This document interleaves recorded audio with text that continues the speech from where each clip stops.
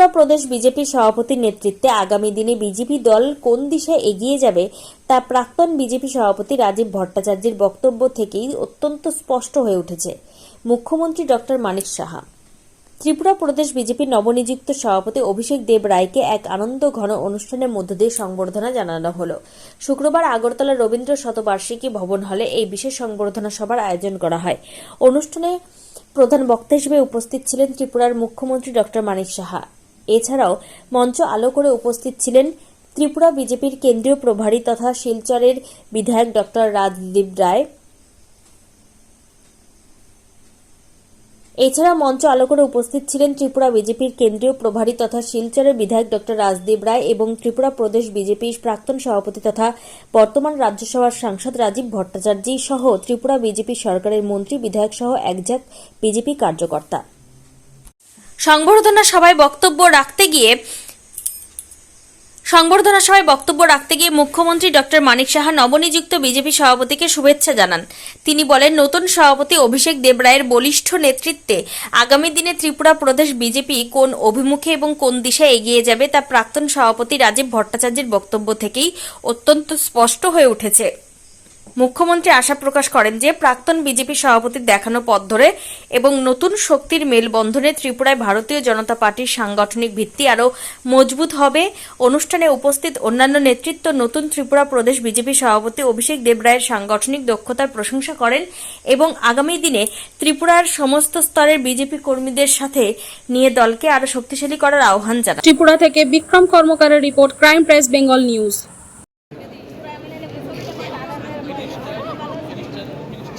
আরে এমএলএ হইতো না, এটা কে এটা করছে 2800 মতো তো হইতো এটা এমএলএ তো হয়েছে।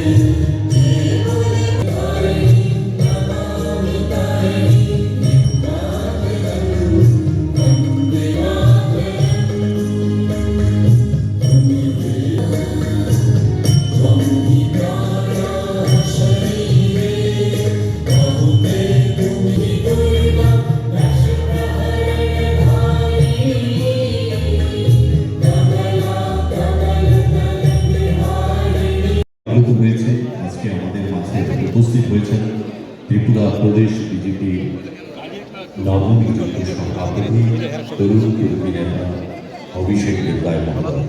আমরা খুবই আনন্দিত, আমাদের মাঝে উপস্থিত হয়েছেন দীর্ঘদিন ধরে নেতৃত্ব দিয়েছেন শ্রদ্ধেয় রাজীব ভট্টাচার্য মহোদয় উপস্থিত আছেন। আর কিছুক্ষণের মধ্যে আমাদের আসতেই হবে। তো জানি না উনি কোন জায়গায় একদিন বলছিলেন যে আপনি যাওয়ার পর থেকেই শিলচরে যে আমার যে ঢেউ, আমার যে সেই টেম্পোটা সেটা উঠেছে। কারণ এইভাবে আপনাকে অ্যাগ্রেসিভ ওয়েতে আপনি যেভাবে ভাষণ রেখেছেন, শিলচরের মানুষ একদম খুশি। এবং সেখান থেকেই কিন্তু আমার মানে সেখানের যে ইলেকশনের যে ঢেউ সেটা কিন্তু সেখান থেকে শুরু হয়েছে। যাই হোক, এটা আমার একটা প্রাপ্তি, খুব ভালো লেগেছিল সেখানে। এবং বুঝে গেছিলাম আমরা সেখানে যাওয়ার পরে আমি যে ওয়েস্ট বেঙ্গল তো আমরা জিতেছি, কিন্তু সেখানেও বা জিতবো তখন ওই সময় ছিল, কিন্তু আসামেও একটা বিশেষ কিছু হতে যাচ্ছে। এতগুলো সিট আমরা পেয়েছি। আমাদের মাঝে উপস্থিত আছেন আজকে যিনি খুব সুন্দরভাবে আমাদের প্রথম রাজ্যসভার আমাদের ত্রিপুরা প্রদেশ বিজেপির প্রথম সভাপতি হিসাবে উনি যেভাবে বক্তব্য রাখলেন, আমি ওনাকে ধন্যবাদ দেব। ওনার যে ফিলিংস উনি আগামী দিন যে টিপ অফ দ্য আইসবার্গ যাকে বলে, প্রথম থেকে বোঝা যায় যে আগামী দিন ভারতীয় জনতা পার্টি কোন দিশায় যাচ্ছে। Discipline is very important. জীবনের চলতে গেলে ডিসিপ্লিন ছাড়া হবে না। আমরা কিন্তু অনেক সময় বলি যে আরে এটা কেন হচ্ছে না, সেটা কেন হচ্ছে না। তো আমি এখানে বসে বসে ভাবলাম, আজকে প্রথম দিনে উনি যে ইঙ্গিত দিয়েছেন, আমাদের জন্য কাজটা কিন্তু, অন্তত আমার জন্য কাজটা অনেকটা ইজি হয়ে গেল।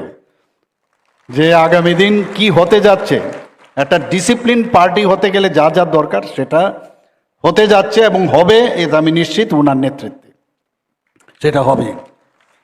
আমাদের মাঝে উপস্থিত আছেন আমাদের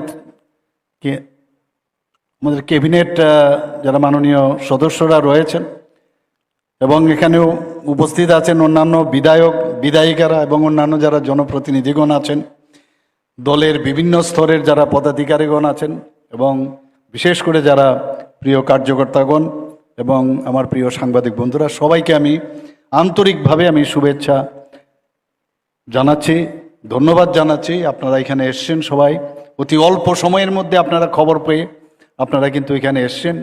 এটা বোঝা যায় যে বিজেপির যে কতটা সাংগঠনিকভাবে শক্তিশালী, সেটা কিন্তু আজকে আপনাদের এই জমায়েতে কিন্তু সেটা প্রতিফলন হয়েছে।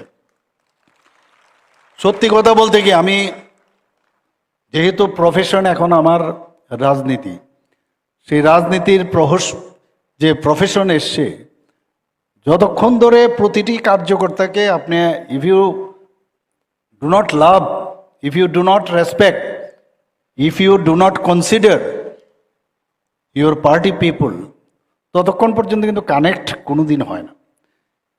হয়তোবা কিছু করা যাচ্ছে না, অনেক সময় অনেক জায়গায় করার জন্য সম্ভব হয় না সব জিনিস, সবাইকে সব জিনিস হবে তাই নয়। অনেকের চাহিদা থাকে, সেই চাহিদা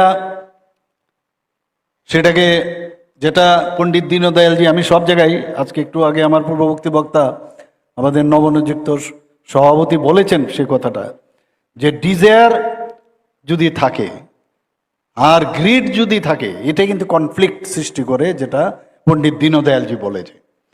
এটা যদি আমাদের মধ্যে ঢুকাতে পারি তাহলে আমাদের কোনো সমস্যা নেই।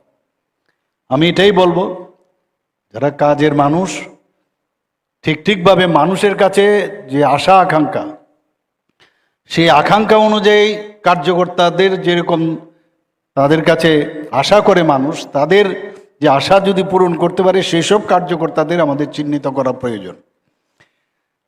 আমি শুধু বডিলি আমি আসলাম, আমি শারীরিকভাবে আমি আসলাম, আমি নিজেকে জানান দিলাম, কিন্তু দেখা গেল কাজের বেলায় অষ্টরম্ভা। এবং এই দিকে একটু নজর রাখতে হবে। আমরা যদি আজকে প্রতিটা বাড়ির খবর যদি আমরা না জানতে পারি, আমাদের পৃষ্ঠা প্রমুখদের আমরা বলি, সেই পৃষ্ঠা প্রমুখদের থেকেই শুরু করতে হবে। আমার শক্তি কেন্দ্রকে আমার সেখান থেকে শুরু করতে হবে, আমার বুথ প্রেসিডেন্টকে আমার সেখান থেকে শুরু করতে হবে। বুথ প্রেসিডেন্টের যদি শক্তিশালী আমরা করতে পারি, তবে উপর দিকে না গেলেও সেই বুথের মধ্যে এখানকে আমরা যারা আছি, যারা আমরা নেতৃবৃন্দরা আছি এখানে, সবাই কিন্তু কোনো না কোনো বুথের। তাহলে যেটা বারবার বলা হচ্ছে, বুথ শক্তিশালী হলেই হলো, ডোর টু ডোরও যাওয়ার প্রয়োজন হয় না। সেই যে জায়গাটা যতক্ষণ ধরে আমাদের না আসবে, ততক্ষণ ধরে Bharatiya Janata Party everyday will learn something, সেই শক্তিশালী ও আমাদের প্রয়োজন। বড় আমরা যদি একটা সমাবেশ করি, এই সমাবেশ থেকেও সবচেয়ে বড় যে শক্তি, সেখান থেকে যতটুকু আমরা না পাবো, বুথে বুথে যদি আমরা সেই কাজটা করি, এবং প্রতিনিয়ত বুথে বুথে যদি আমরা কাজটা, আমাদের সরকারের কি কাজ করছে, আমাদের ডাবল ইঞ্জিন সরকারের কি কাজ করছে, এবং তার জন্য যে ইন্সপিরেশন দরকার, যে ফুয়েল দরকার, ওই সব কার্যকর্তাদের আমি এখানে মাননীয় নবনিযুক্ত সভাপতিকে আমি বলবো যে এই ব্যাপারে আমাদের একটা ডিসিশন নিতে হবে, যে আমরা ওই লেভেলে যদি কন্টিনিউয়াস আমরা ওই লেভেলে যদি আমরা কাজ করি, আমি নিশ্চিত যে আগামী দিন 2028 না, এর পরবর্তী সময়েও আমরা কত বছর আমরা থাকবো, আমরা হয়তো বা থাকবো না, কিন্তু সেটা শেষ করা যাবে না, কারণ সাবস্টিটিউশন ভারতীয় জনতা পার্টির নেই নেই নেই, হবেও না কোনোদিন। কংগ্রেস, সিপিএম এগুলো আমরা দেখে নিয়েছে সবাই, এদের যেসব রাজনীতির স্টাইল। এখানে রাজীব বাবু অলরেডি বলেছেন যে কি অবস্থা আজকে কেরালার কথা উনি একটু বলেছেন এখানে, যে ইডি ওখানে চলে গেছে এখন। আজকে আমি কালকেও দেখছিলাম প্রাক্তন মুখ্যমন্ত্রীকে, মোটরসাইকেলের পাশে বসে আছে, অদ্ভুত একটা সিনারি। কি অবস্থা ছিল আজকে, উনাদের কোন জায়গায় আজকে উনারা পৌঁছে গেছেন। আজকে মিনিমাম আজকে কমিউনিস্টদের চেহারা কি